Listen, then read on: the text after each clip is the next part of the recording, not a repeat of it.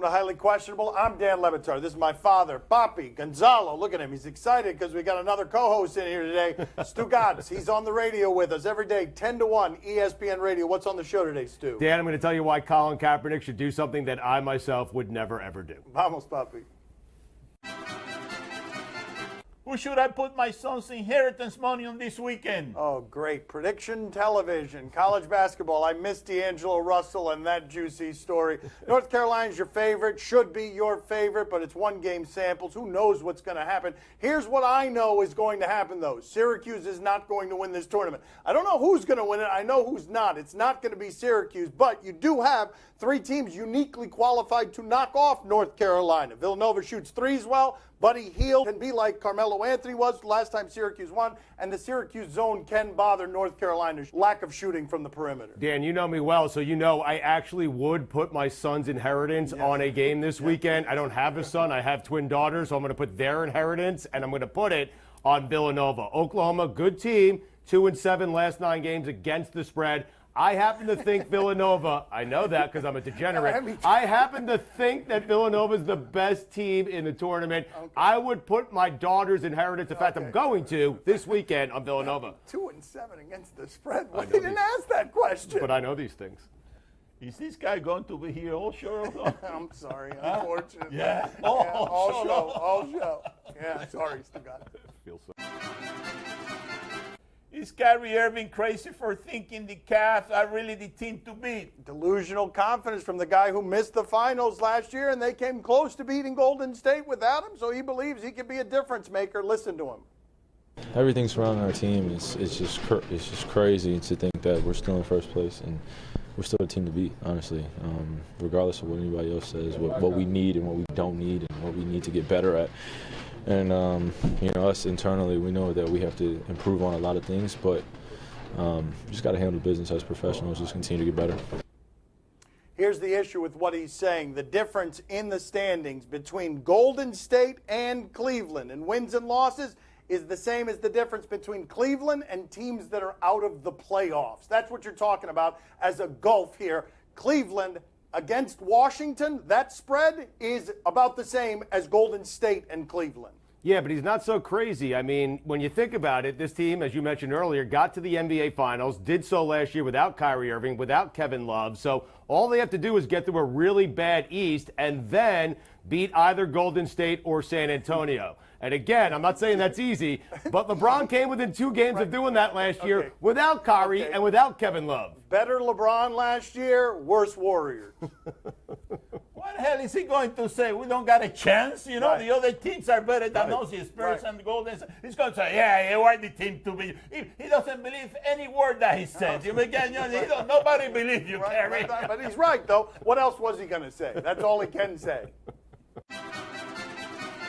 If you were Colin Kaepernick, would you take a pay cut to leave the 49ers for the Broncos? This is an interesting conundrum here because right now he's guaranteed $12 million essentially for next season playing for a bad team. Or he could go to the defending champions, be traded to them, but they don't have a lot of salary cap space, so he'd be making about $7 million there. What's your happiness worth to you? What's happier, better team worth to you? What's better skill position players worth to you? I understand people like $12 million.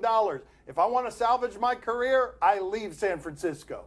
It's something I would never consider. It's something I would never do because all I care about is money. So if you're going to pay me $12 million, I'll go 0-16. I'll go 0-16 every single year for $12 million.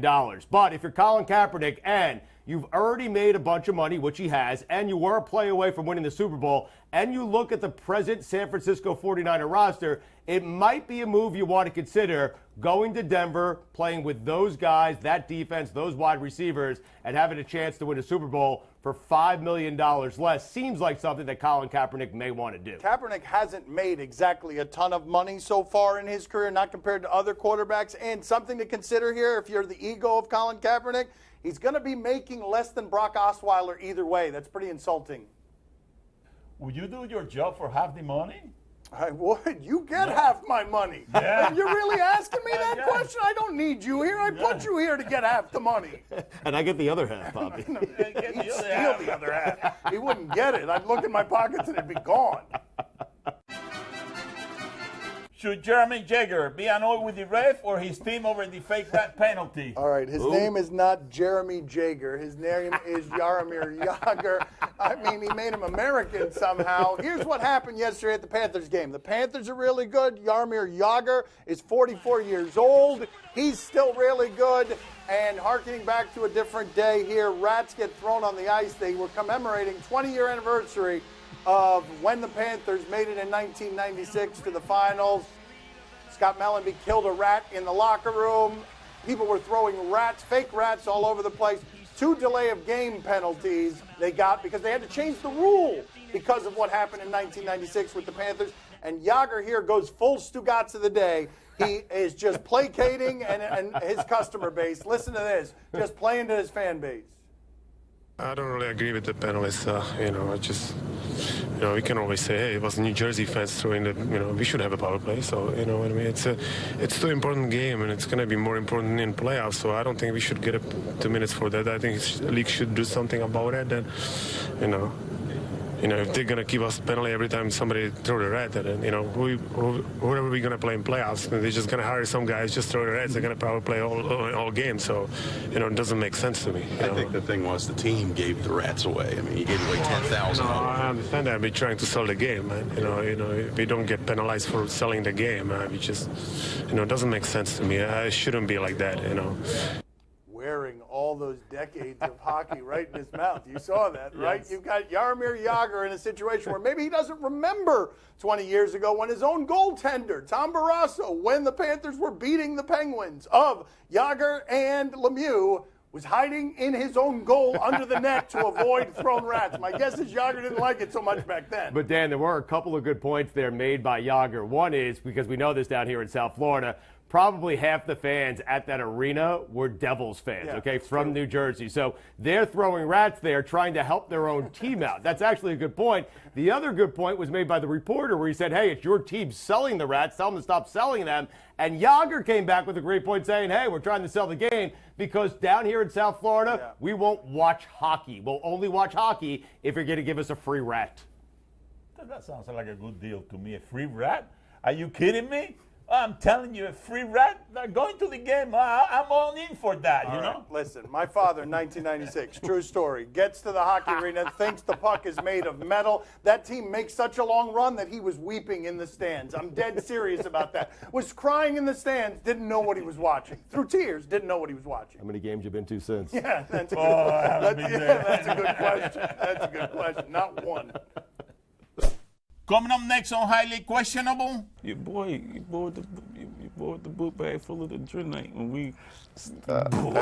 What? Well, we knew that. He come fast and not the. He talking about your mama's house.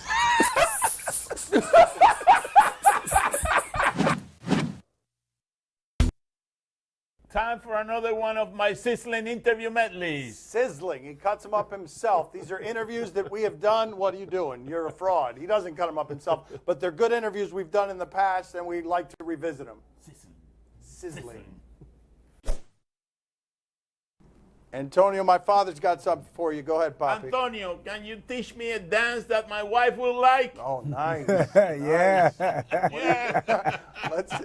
Let's go. You're on Dancing with the Stars. He wants to see what you got. Can you see me? Yeah. No, I can try to follow you. All right, he's going to start to follow you. All right, that's pretty good right there. Yeah, put the hips in the 8. You got to make an 8 with it, Papi. Make an 8 with it. Roll it, Papi. Keep the body still. All right, both of you stop that. This is unpleasant. You want him to make it 8. He just looked like he just Wifey gonna love that, Papi. All right, get that out of here. See you later, Antonio. Goodbye. All right, Papi. Yeah. Tell us about that night, Wayne. Go ahead, because you want to, because I can see it. I can see the smile on your face. No, I'm not. All I know is I'm not gonna. I can tell you about a crazy night with me and JR. So this is very funny. He'll tell you it's true. So I was visiting a female. We was in Vegas, and and it was, I think, All-Star something like was there or something that I think that's what it was there. And we was in Vegas, and so I went to visit this person. This person I didn't know she was with him originally there already. So she told him that someone in this casino hit the jackpot. She told him that they hit the jackpot. So when you hit the jackpot, you automatically go to the biggest suite they have, and she was in the biggest suite they had. And then she was like, so she had to leave that hotel and go to another hotel. That was what she told him. Whoa. Now she told me to come over. Okay, she was there with a female friend. He was aware of that. So she told him that the female friend was still there at that hotel, but she had to relocate to another one. So I was there in the room that night, and so all of a sudden, we in the bedroom too. All of a sudden, we hear the bedroom door open, me and the female, and we like, who is coming through the door? Because her female friend was in the living room, so we like, what is she trying to get in the room for? Who comes through the door? JR with his wife beat on. So so she don't, now mind you, the female don't even know that I know JR. So when we see each other, we like, what's up? Like, what you was doing? Where you went tonight? You know, I was like, I was at such and such. Where you was at? She just in the bed looking like, oh my God. And so, when he left out of there. I left out of there too. So, mind you, this is the moral of the story. I was there going to see the girl. She was doing JR bad, but he was actually coming back to the room to see her female friend because she told him that she told him that she was there by herself. It was just a big old circle. Dude, James, that is such a better story than what you tried to do before, where you were just, oh my God. The good part about the story is that I went out the next night and I saw the girl's female friend in the club, and she was like, you know, she was wrong for doing you like that. Wow. I told her she shouldn't do you like that, and so I went home with the female friend that night. Okay. All right. You and J.R. Smith ever talk about this? I mean, that was the last conversation. Every other day. Okay, every other day. My main man. Look how happy he is. Unbelievable. Go ahead, Bobby. Ask him what you want to ask him. Yeah, Gus, can you teach me how to make the call at the end of the game when LeBron loses to the Warriors this year? I want to hear your voice. All right, here you go. You ready? All right. Here we go, Poppy. Here we go, Poppy. Let's say the game is tied at 1:13, and there's 5 seconds remaining, and Stephen Curry has the ball. Repeat after me, Poppy. Here comes Curry. Here comes Curry. On the left side. On the left side. Crosses over. Crosses over. Top of the key. Top of the key. Rise and fire. Rise and fire. Rise and fire. Pure. Pure. What? Pure. All right, there you go. My man. Yeah. LeBron loses. Yeah. That's right. So bad. Me and you. Your mama and your cousin too. Rolling down the street on Vogues. Coming up, slamming Cadillac. This broadcast from the Clevelander Hotel on beautiful South Beach, Miami. Time to play the game that wonders what the new order is and where it is coming from. Do you question? You guys give us the topics and events, and we question them. Do you question who should be more embarrassed by this play, the running beard or Doug McDermott? Okay, here's what we've got. The Rockets lost at home last night to the Bulls, and James Harden did James Harden-y things on defense. What do we have? With contact. I mean, you've got a 6'10" guy at 260. No. Did he forget again that he had to guard somebody? James, who are you guarding? Oh, you can't miss that, McDermott.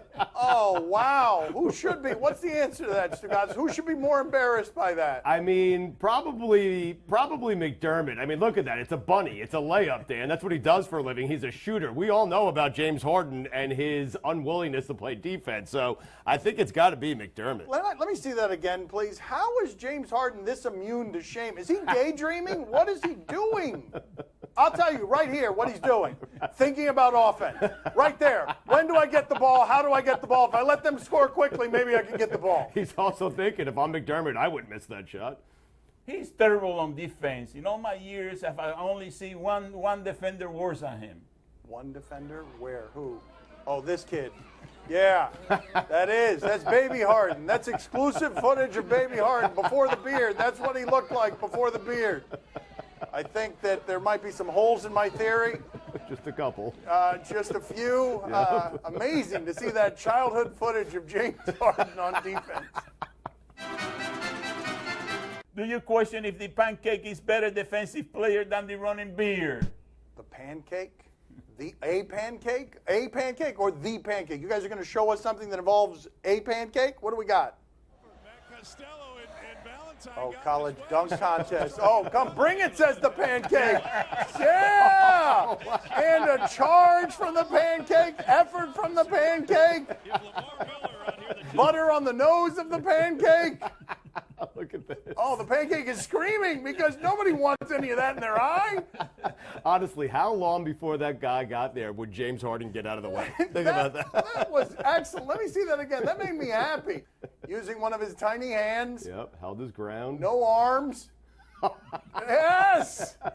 That is great. Awesome. That was a bad attempt, but I have seen worse than that. How does my father have an endless library of video that helps us conveniently for this show?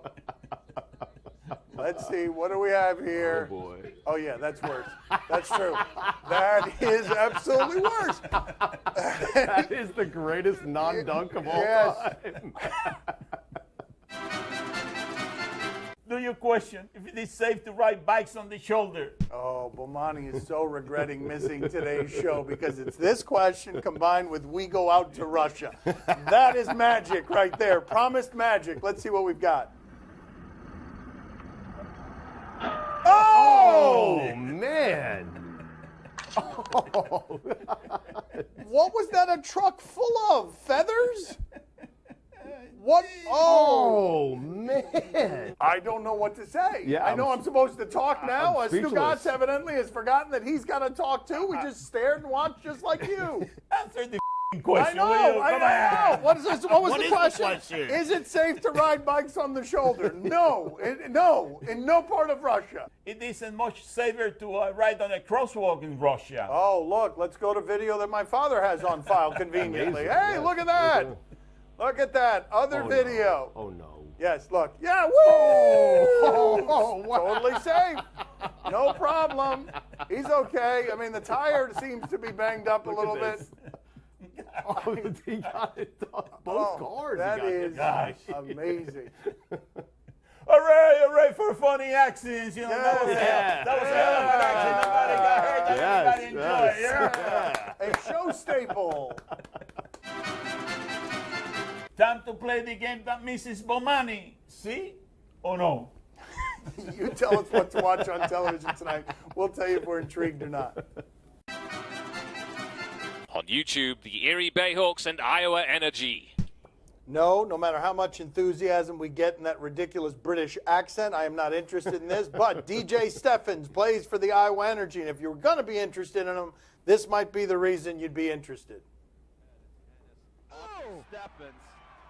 Did he dunk that with his knees? Windmill slam. Ahead, it's the screen. Here's Christopher. Oh, there's DJ Steffens. Wow, his head is above the rim every time you're watching. Is he changing your mind? He is not changing my mind. I still don't want to watch this. Are you intrigued, Stugotz? You know what? After seeing those dunks, I am absolutely going to watch that. I want to watch that guy dunk all night.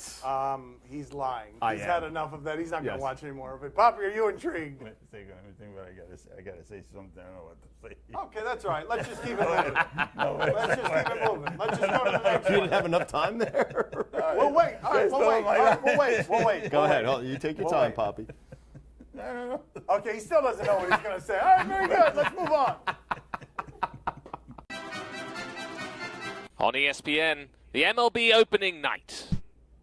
Opening night is Sunday night. Baseball is here, and then we're off on Monday because baseball is here, and we've got days off next week because baseball is here. So thank you, baseball, for being here. What are you going to show us here, though? What are you showing us? This is the heart of the Kansas City Royals. As individual players, they're pretty special. As a team, they're World Series champs. What we see? Lay down. They're like family. And every family needs family photos.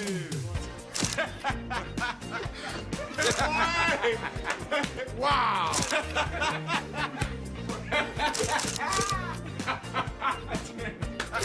Hey, vamos a open.